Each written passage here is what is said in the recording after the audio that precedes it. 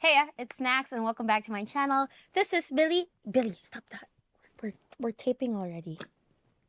Take two. This is Billy, this is Colt, and that one over there is Princess. Hi, Princess. Okay.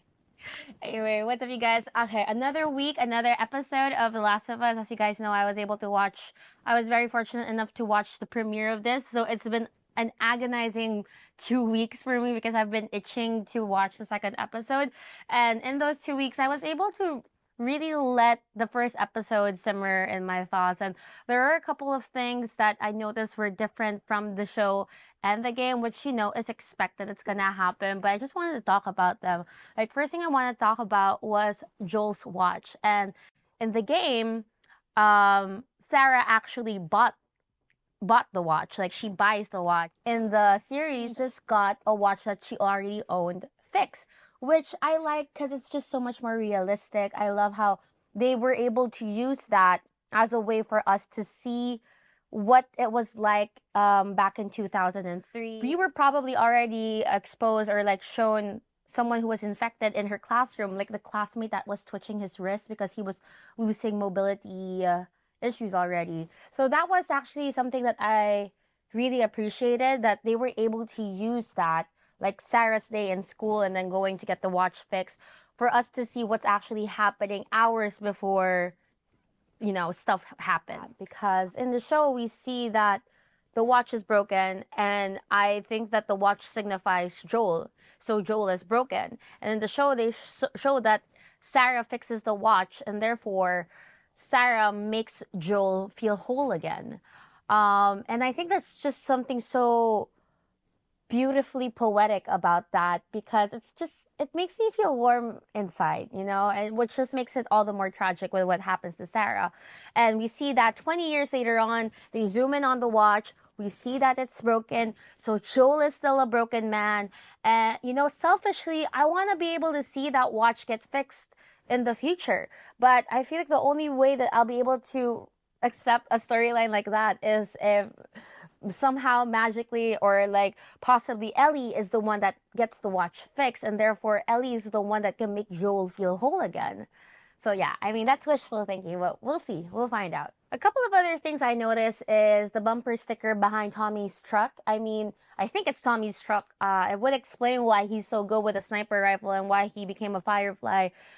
So that I found that cool. And then another one is how the virus spreads. So instead of spores, they spread through this tendrils in their mouth, which actually some of you guys pointed out that it wasn't hair coming out of the woman's mouth. Like, she didn't bite off hair from the other person. It was actually tendrils. So that makes it just so much more icky in my head.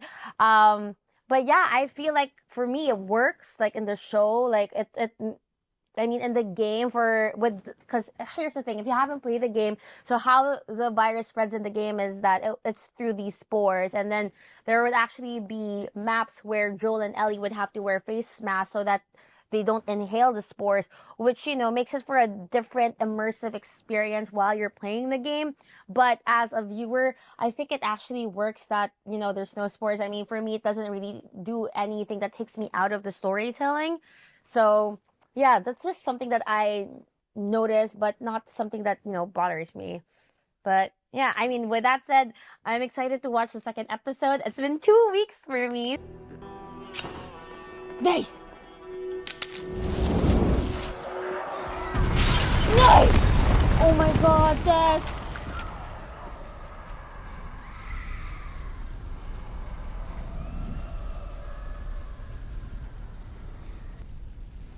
Good job, Tess.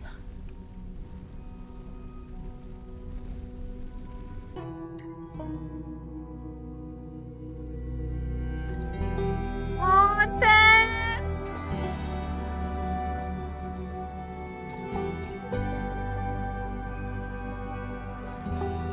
They made it so much more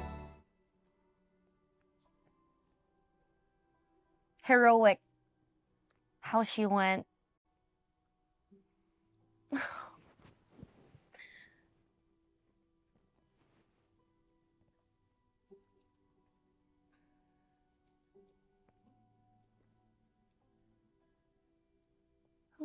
I felt so bad for Tess.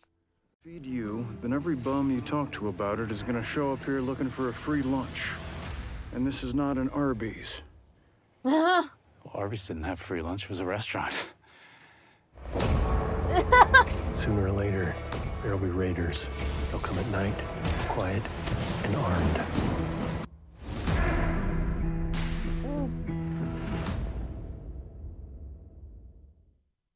And getting the clickers right means that people who have played the game will go, that's it. And people who haven't played the game are gonna go, oh my God. Yeah. Okay, well, you know what? Apart from obviously them doing the clickers justice and it being represented so well on the screen, because yeah, he was right. Craig was right when he said that he wanted players who played the game to be like, oh, that's it. That was exactly what I was thinking. Like, oh, that's so good. Like, they did such a good job with the clicker. So kudos to that. I appreciate all the work that they put into it. It's exactly like how it's in the game, and it's perfect. There's nothing else that I could ask for. They did the clickers justice as they did in the game. And you know what? I actually felt the same tension that I felt when I was playing The Last of Us for the first time, hiding, like trying to sneak around the clickers. One thing that I was waiting for, though, was for them to use like a bottle to draw the clickers to a different area, or like Joel with his sneak attack and hearing all the crunchy moves, because that was actually where I first started using the word crunchy, was when Joel would do sneak attacks on clickers and you would just stab them or like break their necks, because it was just so satisfying to do that. So I guess maybe we'll see that in the future episodes where they try to draw the clickers away. Right. But one of the things that I wanted to just emphasize on this episode, which how in some shows when they try to explain something scientifically, it kind of almost just falls flat or comes off as like a lesson. And you know how it is with lessons, it can come off as boring. But with the show, yes, of course, they're teaching you something about the cordyceps and how the virus spreads, but they do it in such a way as to bring other elements into it. Like, they do a good job of drawing you into the scene, feeling the drama, feeling the tension, feeling all the emotions that the characters are feeling,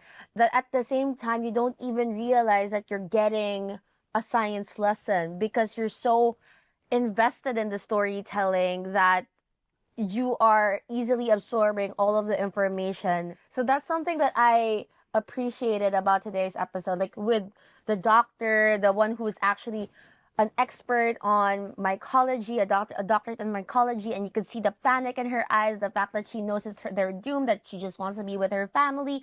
You could see you feel the dire situation of things. Another thing that I really like is Joel and Ellie's banter. They do such perfect banter with each other. I feel like they perfectly encapsulate the relationship between Joel and Ellie and their characters respectively. So kudos to Pedro Pascal and Bella Ramsey for that one. Overall, I can't wait for the next episode and to meet Franklin.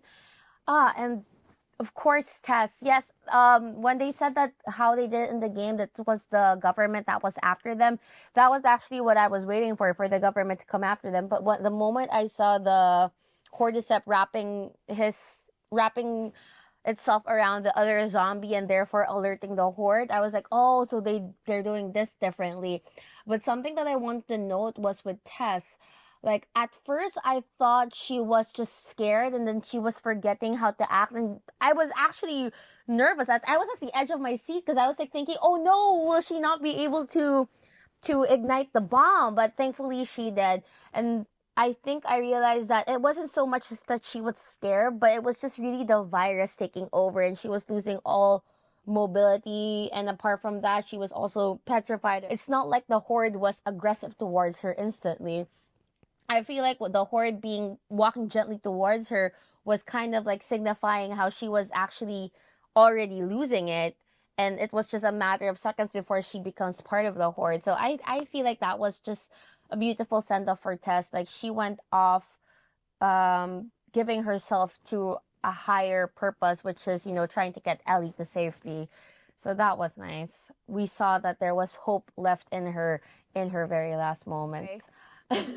I'm gonna end the episode right here, but I can't wait for the next one. As always, don't forget to give this video a thumbs up, leave a comment down below, hit the subscribe button, and I'll see you guys next time. Bye bye.